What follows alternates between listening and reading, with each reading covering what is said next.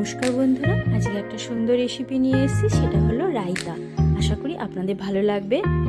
তো চলুন কেমন করে বানালাম সেটা একটু আপনাদের সঙ্গে শেয়ার করছি। আমি শশা নিয়ে নিয়েছি, শশাটাকে এইভাবে কেটে নিচ্ছি। শশাটা কাটা একটু দেখে নিন, কারণ শশার ভিতরে যে বীজগুলো থাকে সেগুলোকে সম্পূর্ণ ছাড়িয়ে নিতে হবে। তারপর ছোটো ছোটো করে কেটে নিতে, এইভাবে শশার ভিতরটাকে কেটে নিতে হবে। আপনারা এটা ছুরি বা চাকুর সাহায্যে কেটে নিতে পারেন।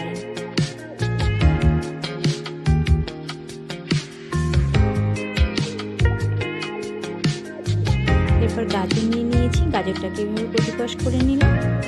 আর পেঁয়াজ, ধনেপাতা এগুলো নিয়ে নিয়েছি। এবার নিয়ে নিলাম দইটাকে ভালোভাবে ফেটিয়ে নিলাম। তারপর দিয়ে দিলাম জল। বন্ধুরা, ভালো লাগলে অবশ্যই একটা লাইক, শেয়ার, কমেন্ট করবেন প্লিজ। আর আপনারা সবসময় আমার পাশে থাকবেন। আমার নতুন পুরানো বন্ধুদের অনেক অনেক ধন্যবাদ পাশে থাকার জন্য। তো এইভাবে আমি দইটাকে ফেটিয়ে নিই। তারপর দিয়ে দিলাম কাঁচা লঙ্কা, গাজর কুচি, পেঁয়াজ কুচি, আর নিয়ে নিলাম শশাটা, এটা আমি কুচি কুচি করে রাখলাম এইমাত্র। তারপর দিয়ে দিলাম ধনেপাতা কুচি, আর দিয়ে দিয়েছি বিট লবণ, গোলমরিচ গুঁড়ো আর জিরে ভেজে আমি পিষে নিয়েছিলাম শিলপাটায়, সেটা দিয়ে দিলাম। এবার সব কিছু একসঙ্গে এভাবে মাখিয়ে নিলাম।